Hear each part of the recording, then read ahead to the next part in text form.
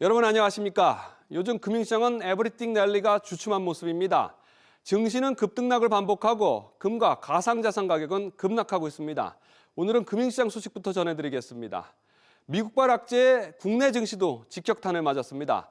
AI 경계감과 기준금리 인하 불확실성이 겹치면서 검은 금요일을 맞은 지 이틀 만에 또 3% 넘게 급락하며 코스피가 4,000선 밑으로 주저앉았습니다. 오늘 첫 소식 이민우 기자입니다.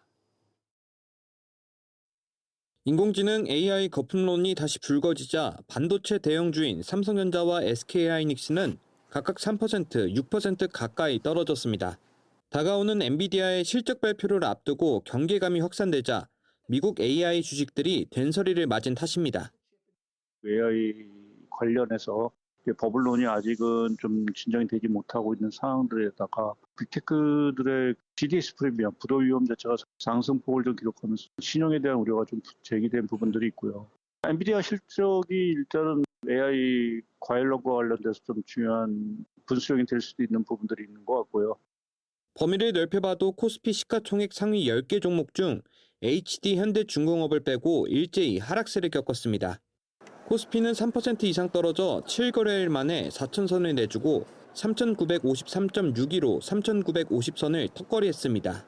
특히 외국인과 기관이 각각 5,500억 원, 6,800억 원가량 팔면서 지수를 끌어내렸습니다. 간밤 필립 제퍼슨 미국 연방준비제도 부의장이 통화정책 방향을 두고 천천히 진행할 필요가 있다고 언급하면서 금리 인하 기대가 당초 예상보다 더욱 악화된 것도 영향을 미쳤습니다. 미국 데이터 실업률 같은 경우가 4.3%밖에 안 되고 여전히 좀 탄탄하잖아요. 물가가 여전히 높으니 금리를 인하를 했을 경우에 높은 물가가 유지가 돼버리면 미국은 경기 침체, 그것도 장기 침체가 올 수가 있어요. 지난달 글로벌 투자은행 중 뱅크 오브 아메리카는 연내 한 차례, 노무라는 2차례 인하를 예상했다가 이번 달 들어 모두 연내 금리 유지로 전망을 바꿨습니다. SBS 비지 이민우입니다. 비트코인도 7개월 만에 처음으로 9만 달러 선을 내줬습니다. 미국 기준금리 인하 기대감이 줄어들면서 투자 심리가 위축돼 금값도 4,000달러 선까지 후퇴했습니다. 이정민 기자. 네, 이정민입니다. 먼저 비트코인 얼마나 떨어졌나요? 네, 비트코인은 오후 5시 50분 기준으로 하루 전보다 4.8% 내린 9만 1,037달러에서 거래되고 있습니다. 오후 12시 30분경 5.83% 급락한 8만 9,931달러에 거래되면서 9만 달러 선이 깨졌지만 다시 9만 1,000달러 선을 회복했습니다. 비트코인 가격이 9만 달러 아래로 내려간 건 지난 4월 미국발 관세 정책 불확실성에 7만 4,400달러 선까지 내려간 이후 7개월 만에 처음인데요. 다음 달 미국의 기준금리 추가 인하 기대감이 약해진 데다 미국 주식시장이 최근 하락세를 보이면서 위험자산 투자 심리가 위축됐다는 분석이 나옵니다. 이 기자, 파죽지세였던 금값도 꺾였죠?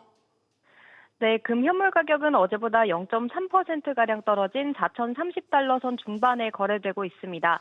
나흘 연속 하락세를 보이면서 4,000달러 선도 위태로운 모습인데요. 들어보시죠.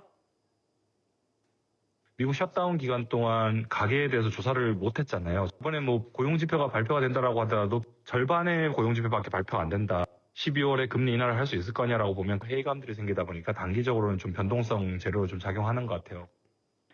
국내외 증시뿐 아니라 가상자산과 금값까지 동반 하락하면서 글로벌 금융시장의 위기감이 커지고 있습니다. SBS 비즈 이정민입니다. 최근 부동산과 증시 불장을 놓칠까 봐 불안 심리가 커지면서 이른바 영끌과 B2가 크게 늘었습니다. 그 결과 초강력 대출 규제에도 불구하고 우리 경제 최대 내관 가계빚 규모는 또 사상 최고치를 갈아치웠습니다. 오서영 기자가 보도합니다. 빚을 내 증시에 투자한 A씨는 올해도 대출을 갱신했습니다. 3,400만 원 정도 이제 신용대출 제 한도였거든요. 주식에 레버리지를 걸어서 추가로 주식 담보대출을 해서 투자를 해서 거의 1억까지 이제 만들었었습니다. 종잣돈이 없어서 집을 못 사고 큰 돈을 못 버는 상황인데 대출을 받아서 빨리 이익을 내고 대출 빨리 갚아버린다는 생각으로 이제 진행을. 올 3분기 가계빚은 1,968조 원으로 사상 최대 규모를 기록했습니다. 가계빚이 폭증한 지난 분기보다 대출 증가폭은 줄었지만 석 달 만에 또 15조 원의 빚이 쌓였습니다. 3분기 가계대출만 12조 원 늘어나며 6분기 연속 증가세를 보였습니다. 특히 증가세가 쉽게 꺾이지 않는 주택담보대출은 전분기보다 11조 6천억 원 더 늘었습니다. 은행권 문턱이 높아지면서 풍선효과로 신협과 새마을금고에서 나간 대출이 늘어난 영향입니다. 신용대출을 포함한 기타 대출은 3천억 원 늘었는데 이달 들어 5대 은행의 신용대출이 일주일 만에 1조 2천억 원 가까이 급증했습니다. 4년여 만에 최대 증가폭으로 상승장에 투자하려는 수요가 몰린 것으로 풀이됩니다. 빚을 내 투자하는 규모가 커지면서 4분기 가계빚은 더 불어날 거란 우려도 나옵니다. 2분기에 좀 더 크게 늘었고 3분기에는 증권사의 신용공여액이 증가세가 둔화됐다고 말씀드리겠습니다. 그리고 향후 전망에 대해서는 이 주시장이라든가 이런 부분과 연계되기 때문에 현재로서는 좀 예단하기 어렵다는 말씀드리겠습니다. 정부가 이른바 영끌과 비투를 부추기는 것 아니냐는 비판이 나오는 가운데 손실보는 개인들이 감당할 만큼의 대출을 내야 한다는 경고 목소리도 나오고 있습니다. SBS 비즈 오서영입니다. 이런 가운데 저신용자와 달리 전체적인 대출 금리는 빠르게 오르고 있습니다. 특히 최근 정부의 부동산 규제 기조와 지표금리 상승세가 맞물리면서 주택담보대출 금리가 들썩이고 있습니다. 유선우 기자, 어제 고정형 주택담보대출의 상단 6%가 등장했다는 소식을 전해드렸는데 오늘부터는 변동형 금리도 올랐죠? 그렇습니다. 고정형에 이어 변동형 주담대도 6%대에 진입했습니다. 오늘 기준 5대 은행의 변동형 주담대 금리는 3%대 후반에서 최대 6%대 초반 수준으로 상단 금리가 6%를 넘긴 건 지난 5월 이후 6개월 만입니다. 은행권 주담대 변동금리의 기준이 되는 자금 조달 비용 지수가 2달째 올랐기 때문인데요. 지난 10월 신규 취급액 기준 코픽스는 전달보다 0.05%포인트 높은 2.57%로 집계됐습니다. 잔액 기준 코픽스는 2.89%에서 2.84%로 0.05%포인트 낮아졌습니다. 코픽스는 국내 8개 은행이 조달한 자금의 가중 평균 금리로 코픽스가 오르면 그만큼 은행이 더 많은 이자를 주고 돈을 확보해야 한다는 뜻입니다. 고정형, 변동형 할 거 없이 주담대 금리가 비슷하게 오르는 양상이군요. 그렇습니다. 4대 은행의 고정형 주담대 금리는 최근 2년 만에 연 6%대에 진입했습니다. 기준이 되는 은행채 금리가 오른 데다 은행들이 대출을 조이기 위해 가산금리까지 높였기 때문입니다. 집값 환율 불안에 기준금리 인하가 불투명해진 상황에서 대출금리 오름세는 당분간 계속될 전망인데요. 가뜩이나 규제로 대출 문턱이 높아진 상황에서 금리 인상은 이자 부담 증가는 물론 한도 축소로까지 이어지며 실수요자 고통은 더 커질 전망입니다. SBS 비즈 류선우입니다. 서울 주택 전셋값이 오르며 전세난이 심화되면서 경기도로 짐을 싸는 전세 난민이 늘어나고 있습니다. 정부가 11호 부동산 대책을 통해 전셋집 매매를 금지하자 이 전세 물량이 크게 줄어든 탓입니다. 그런데 서울과 인접한 고양과 과천 또 안양 같은 곳도 이 전세 매물 감소와 전셋값 상승이 맞물리며 경기도도 전세난이 옮겨붙고 있습니다. 유정현 기자입니다. 경기도 고양시의 한 아파트입니다. 지난 10일 전용 면적 70제곱미터 전셋집이 6억 5천만 원에 거래됐는데 2달 전보다 1억 8천만 원이나 오른 가격입니다. 전세가 요즘도 갱신을 써가지고 많이 그대로 재개하고 살아서 지금 물량이 더 안 나와요. 서울이 금액이 올라가고 물량이 없다 보니까 이쪽으로 또 밀려서. 한국부동산원에 따르면 11월 둘째 주 경기도 아파트 전셋값은 전주보다 0.1% 상승했습니다. 지난해 10월 둘째 주 이후 1년 1개월 만에 가장 높은 상승률입니다. 매물도 줄었습니다. 부동산 플랫폼 아실에 따르면 지난 15일 기준 경기도 전세 매물은 19,000건입니다. 한 달 전 2만 건을 웃돌았을 때와 비교해 약 4.4% 감소했습니다. 10.15 부동산 대책에 따라 규제 지역으로 묶인 안양 동안구가 경기도 내에서 가장 크게 줄었고 용인 수지구도 20% 넘는 감소폭을 보였습니다. 부동산 대책 이후 서울에서 전세를 구하기 어려워진 사람들이 경기도로 몰린 데다 최근 집주인들의 월세 선호 현상도 영향을 미쳤습니다. 월세로 전환하면은 올리기가 수월하잖아요. 보유세 증가분이나 이런 것들을 자꾸 증가시키는 거죠. 주거 비용이 증가될 것이고 내 집 마련 기간이 늦어진다는 뜻으로. 당장 내년 경기도 신규 아파트 입주 물량이 올해보다 30% 감소할 거란 관측과 함께 전세난이 더 심화할 거란 전망이 나옵니다. SBS 비즈 유정현입니다. 자영업자 상황이 더욱 어려워져 가고 있습니다. 경기 불황에 2, 3년도 못 버티고 사업을 접는 자영업자들이 늘고 있습니다. 특히 도소매, 음식 장사 등 이 생활 밀접 업종의 초기 폐업이 두드러졌습니다. 박기준 기자, 이 자영업자들 창업 초기 어느 정도 폐업을 했나요? 개인과 법인 전체 사업자는 늘었지만 2년에서 3년 된 창업 초기 사업자는 10% 넘게 감소했습니다. 올해 9월 기준으로 이 창업 6개월 이상부터 5년 미만 된 사업자 수는 각 구간에서 모두 작년 동기 대비 감소했는데요. 특히 창업 2년 이상 3년 미만 사업자가 1년 새 14%로 가장 큰 폭으로 줄었고 3년 이상에서 5년 미만 사업자와 6개월 이상에서 1년 미만 사업자 각각 7%씩 감소했습니다. 창업 초기 비용이 만만치 않은 상황에서 매출 회복까지 더디자 사업을 아예 접은 것으로 보입니다.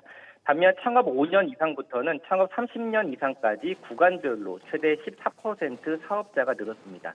수치를 종합하면 가장 큰 폭으로 사업자 수가 줄어든 창업 2년에서 3년이 생존의 갈림길로 보이고 창업 5년 이상부터는 비교적 안정권에 접어드는 것으로 해석됩니다. 그러니까 창업 5년 고비만 넘기면 한숨을 돌릴 수 있게 되는 것 같은데 특히 일상생활과 밀접한 업종들이 초기 생존이 어려워 보이는군요.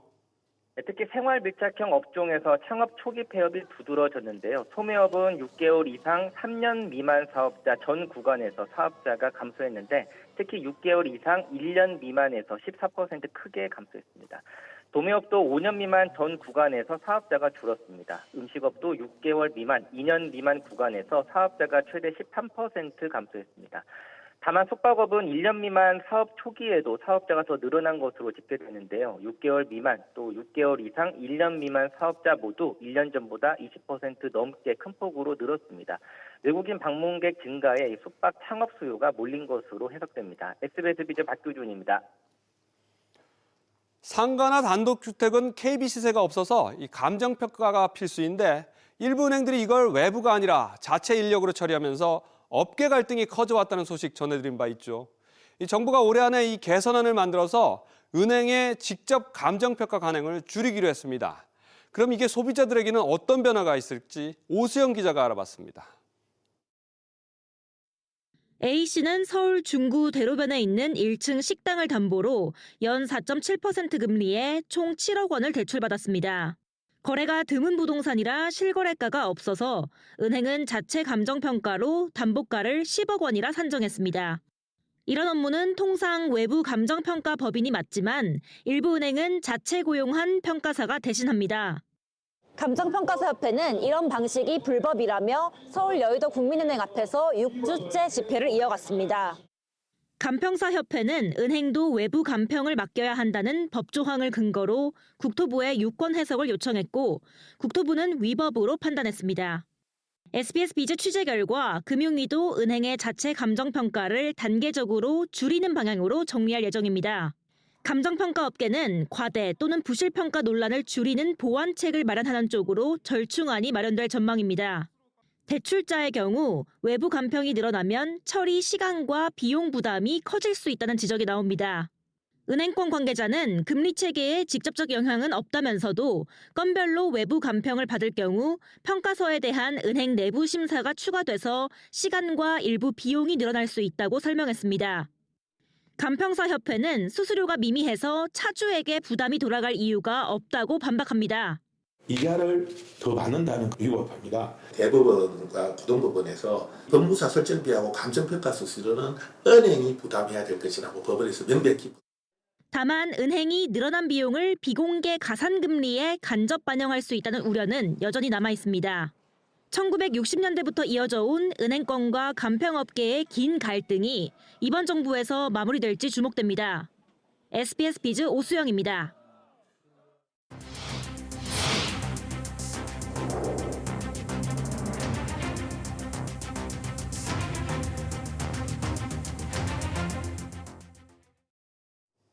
구글이 지난 2007년부터 꾸준히 우리나라에 지도 반출을 요청하고 있지만 우리 정부는 보안 우려를 이유로 거절하고 있죠.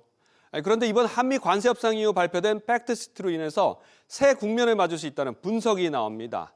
미국 빅테크에 유리한 문구가 포함됐기 때문인데 정부가 추진하는 망 사용료 부과나 온라인 플랫폼법도 제동이 걸릴 수 있습니다. 또 구글 등이 요청한 한국의 위치 정보에 대한 내용도 담겼는데 우리나라 고정밀지도 국외 반출 심의 과정에 압박으로 작용할 가능성도 있습니다. 어떤 상황인지 김한나 기자가 전해드립니다. 한국과 미국의 관세 협상 최종 결과물인 팩트시트에는 미국 기업이 디지털 서비스 관련 법과 정책에서 차별받거나 장벽에 직면하지 않도록 보장한다는 문구가 들어가 있습니다. 이와 함께 위치 정보와 개인 정보를 포함한 데이터의 국경 간 이전을 촉진하기로 약속한다고도 적혀 있는데 구글이 한국의 고정밀 지도 반출을 요청할 때 거절하기 어려운 근거로 활용될 수 있습니다. 서류 제출해라, 보완해라, 행정 절차를 통해서 막는데 이번에 그 팩트시트에서 얘기가 나왔기 때문에 이걸 한없이 막기는 어려운데 지금 추세로는 넘길 수밖에 없는 거죠. 정부가 막대한 트래픽을 일으키면서도 비용을 부담하지 않고 있는 미국 빅테크 기업들에 대한 망 사용료 법제화에도 제약이 생길 것으로 보입니다. 법안을 만들어서 사용료를 부과하는 것은 추가적인 규제다라고 해석을 하고 끌고 가는 거죠. 미국 기업들이 망 사용료를 부담하게 될 것을 미리 차단하려는 의도가 있다고 보여집니다. 거대 플랫폼의 독과점을 막는 민생 법안, 온라인 플랫폼법 추진도 난항이 예상됩니다. 한미 팩트시트를 통해 미국 기업의 차별을 해소해달라고 압박하면서 도리어 국내 기업이 역차별을 받을 수 있다는 우려가 나옵니다. SBS 비즈 김한나입니다. 대륙의 실수, 싼 맛에 쓰는 중국산 가전, 이제 다 옛말입니다. 로봇 청소기는 이미 중국 가전이 한국의 기술력을 뛰어넘은 대표 사례로 꼽히고 있습니다. 게다가 앞으로 5년 뒤에는 이 가전뿐만 아니라 한국의 주력 업종 모두가 중국에 뒤처질 것이라는 암울한 전망이 나왔습니다. 안재 기자가 보도합니다. 정복할 수 없던 곳까지. 최대 4cm의 문턱을 거뜬히 넘는가 하면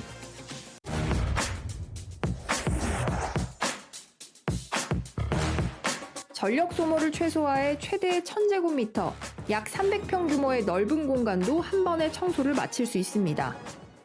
중국산 로봇 청소기는 보안 우려에도 불구하고 높은 기술력으로 국내 소비자의 마음을 사로잡으면서 올 상반기 시장 점유율 70%를 기록했습니다.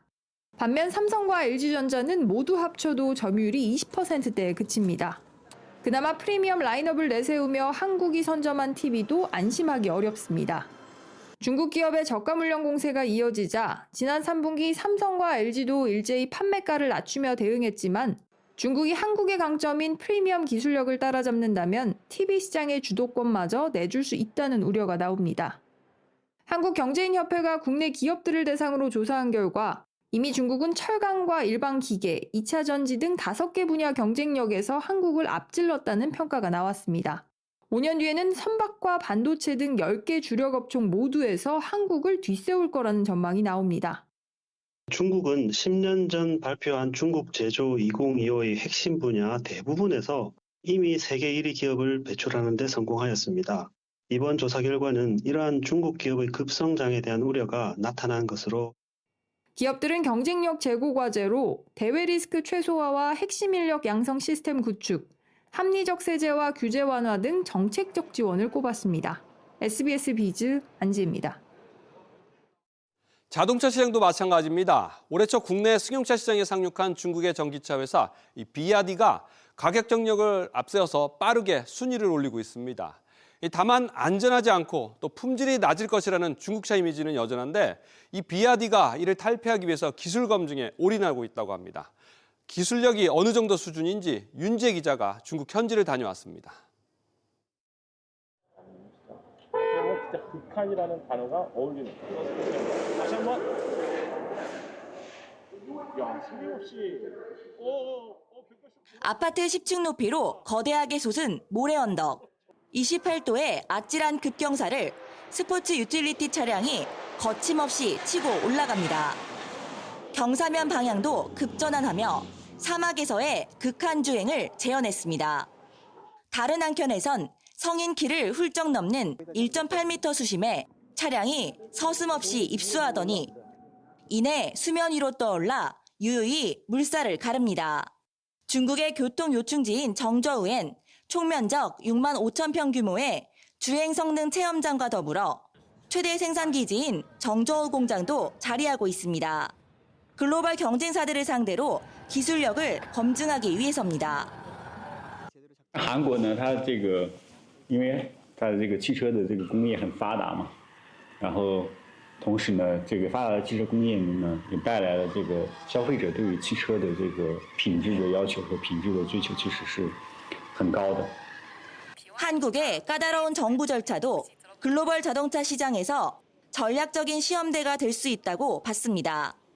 就像这个首尔车展的时候，也有媒体朋友来问啊，因为我们这个Auto 3第一款车上市交付的时间往后延了，是不是认为这个各种行政审批不太合理啊？其实我们是以一种乐观的心态来看这件事情，因为我们在一个新的市场做一个新的产品，我们是希望前期政府包括媒体朋友能够帮我们严格的把关，我们相信会对我们的未来走得更好。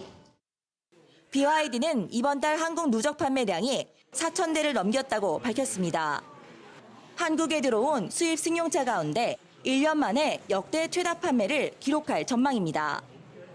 내년 중국의 전기차 회사 지커와 샤오펑이 한국 시장에 진출할 것으로 예상됩니다. 한 발 앞서 한국에 진출한 BYD가 중국 브랜드 간 경쟁 속에 어떠한 차별화 전략을 내세울지 과제로 떠오르고 있습니다. 중국 정저우에서 SBS 비즈 윤지입니다. 앞서 전셋값이 급등하고 있다고 전해드렸죠. 먹거리 가격 상승도 계속되고 있습니다. 요즘 양상추 값이 연초보다 4배나 급등했습니다. 이 때문에 양상추가 주 재료인 샐러드와 햄버거 업체들이 메뉴 조정에 나설 정도입니다. 지난해 토마토 빠진 햄버거가 논란이 된 데 이어서 잊을만 하면 찾아오는 식재료 대란에 이 소비자들은 당혹스러울 수밖에 없습니다. 오정인 기자의 보도입니다. 샌드위치와 샐러드가 주 메뉴인 서브웨이는 전국 600여 개 매장에서 모든 샐러드 판매를 전면 중단했습니다. 샌드위치에 들어가는 양상추도 추가가 가능했던 평소와 달리 정량만 제공됩니다. 롯데리아도 햄버거에 양상추를 확 줄이고 양배추로 채우고 있습니다. 채소류가 있는 걸 선호해서 빼거나 뭔가 잠정 준다 아니면 점차 재료에 대한 부분들이 좀 손실되는 거는 조금 거부감이 드는 것 같긴 해요. 민감하게 느끼시는 분들은 자연스럽게 덜 이용하게 될 것 같아요. 원래 즐겨 먹던 맛이 있는데 그 맛이 아니게 되는 거니까 그거에 대체제를 찾거나 소비 자체를 줄이거나 이렇게 되지 않을까 싶습니다. 업계의 이런 조치는 이번이 처음은 아닙니다.